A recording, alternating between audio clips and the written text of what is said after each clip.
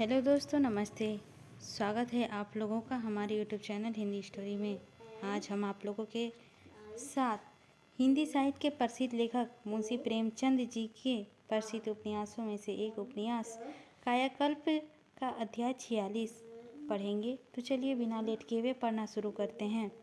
शंखधर को अपने पिता के साथ रहते 1 महीना हो गया। ना वह जाने का नाम लेता है, ना चकदर ही जाने को कहते हैं। शंखधर इतना प्रसन्नचित्त रहते हैं मानो अब उसके सिवा संसार का कोई सुख, कोई दुख, कोई बाधा नहीं है। इतने ही दिनों में उनका रंग रूप कुछ और हो गया है। मुख पर यौवन तेज छलकने लगा और जीर्ण शरीर पर आया है। मालूम होता है कोई अखंड ब्रह्मचारी व्रतधारी ऋषि कुमार है। चक्रधर को अब अपने हाथों कोई काम नहीं करना पड़ता। वह जब एक गांव से दूसरे गांव जाते हैं तो उनका सामान शंखधर उठा लेता है। उन्हें अपना भोजन तैयार मिलता है, बर्तन मांजे हुए, साफ सुथरे। शंखधर कभी उन्हें अपनी धोती भी नहीं छाटने देते। दोनों प्राणियों के जीवन का वह समय सबसे आनंदमय होता है जब एक प्रश्न करता है और दूसरा उसका उत्तर देता है। शंखधर को बाबा जी की बातों से अगर तृप्ति नहीं होती तो अल्पभाषी बाबा जी को भी बातें करने से तृप्ति नहीं होती। वह अपने जीवन के सारे अनुभव, दर्शन, विज्ञान, इतिहास की सारी बातें खोलकर पिला देना चाहते हैं। उन्हें इनकी परवाह नहीं होती कि शंखधर उन बातों को ग्रहण भी कर रहा है या नहीं। शिक्षा देने से वह इतने तल्लीन हो जाते हैं। जड़ी बूटियों का जितना ज्ञान उन्होंने बड़े बड़े महात्माओं से वर्षों से प्राप्त किया था, वह सब शंखधर को सिखा दिया। वह उसे कोई नई बात बताने का अवसर खोजा करते थे। उसकी एक एक बात पर उनकी सूक्ष्म दृष्टि पड़ती थी। दूसरे को उसकी सज्जनता और सहनशीलता का बखान सुनकर उन्हें कितना गर्व होता है।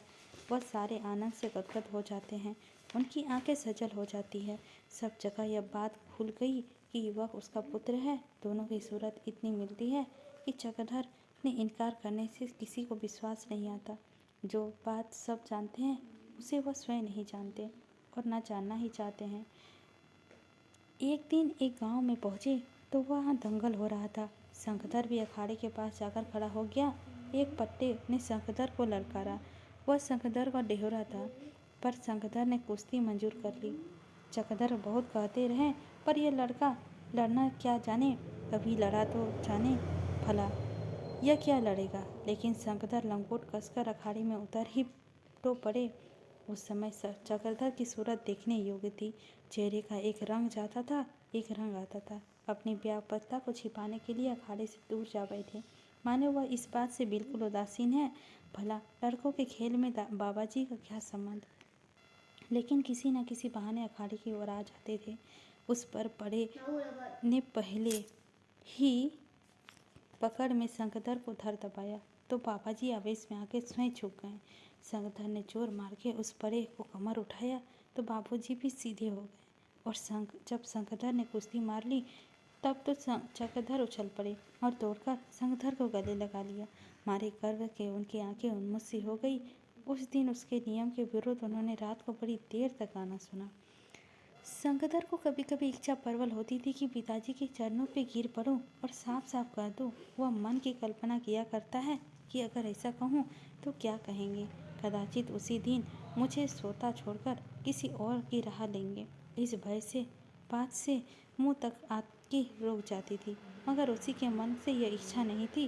चक्रधर भी कभी कभी पुत्र प्रेम से विकल हो जाते थे और चाहते कि उसे गले लगाकर कहूँ, बेटा तुम मेरी ही आंखों का तारा हो, तुम मेरी ही जिगर के टुकड़े हो, तुम्हारी याद दिन में कभी ना उतरती थी।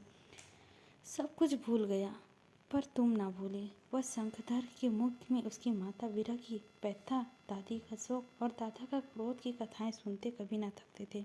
रानी जी उनसे कितना प्रेम करती है ये चर्चा सुनकर चक्रधर बहुत दुखी हो जाते। जिन बाबा जी के रूखे सूखे भोजन की दृष्टि होती थी, यहाँ तक कि भक्तों के बहुत आग्रह करने पर भी खोए हुए मक्खन वो हाथ में ना छूने देते थे, वही बाबा जी इन पदार्थों को पाकर प्रसन्न हो जाते थे। वह स्वयं अब भी वही रूखा सूखा भोजन ही करते थे, पर शंखधर को खिलाने में जो आनंद मिलता था वह क्या कभी आपको खाने में मिल सकता था। इस तरह 1 महीना गुजर गया। अब शंखधर को यह फिक्र हुई कि इन्हें किस बहाने घर ले चलूं। आह, कैसा आनंद का समय होगा जब मैं इनके साथ घर पहुंचूंगा। लेकिन बहुत सोचने पे कोई बहाना ना मिला। तब उसने निश्चय किया कि माताजी को पत्र लिखकर यहीं क्यों ना बुला लूं। माताजी पत्र पाते ही सील के पर तोड़ी आएगी, सभी आएंगे, तब देखूं ये किस तरह निकलते हैं। वह पछताया कि मेरे व्यर्थ ही इतनी देर लगाई। अब तक तो अम्मा जी पहुँच गई होती। उसी रात को अपने माता के नाम पे पत्र डाल दिया। वहाँ का पता ठिकाना, रेल का स्टेशन, बातें सभी स्पष्ट करके लिख दी। अंत में यह लिखा, आप आने का विलम्ब करेगी तो पछताइएगा। यह छोड़ दीजिए मैं जगदीशपुर राज्य की स्वामी बनूंगा। पिताजी के चरणों की सेवा छोड़ के मैं राज का सुख नहीं भोग सकता। यह निश्चय है। इन्हें यहाँ से ले जाने से असंभव है। इन्हें यदि मालूम हो जाए कि मैं इन्हें पहचानता हूँ तो आज ही अंतर्धान हो जाए। मैंने इनको अपना परिचय दे दिया है। आप लोगों को बातें भी सुनाया करता हूँ, पर मुझे इनके मुखों में जरा भी आवेश का चिन्ह नहीं दिखाई देता। भाव पर इन्होंने अधिकार प्राप्त कर लिया है। आप जल्द से जल्द आवें। वह सारी बातें इस कल्पना में मग्न रहा था। अम्मा जी आ जाएगी तो पिताजी को झुककर प्रणाम करूँगा और पूछूंगा, आप भागकर कहाँ जाइएगा। फिर हम दोनों उनका पल्ला ना छोड़ेंगे। मगर मन में सोची हुई बात कभी पूरी हुई है।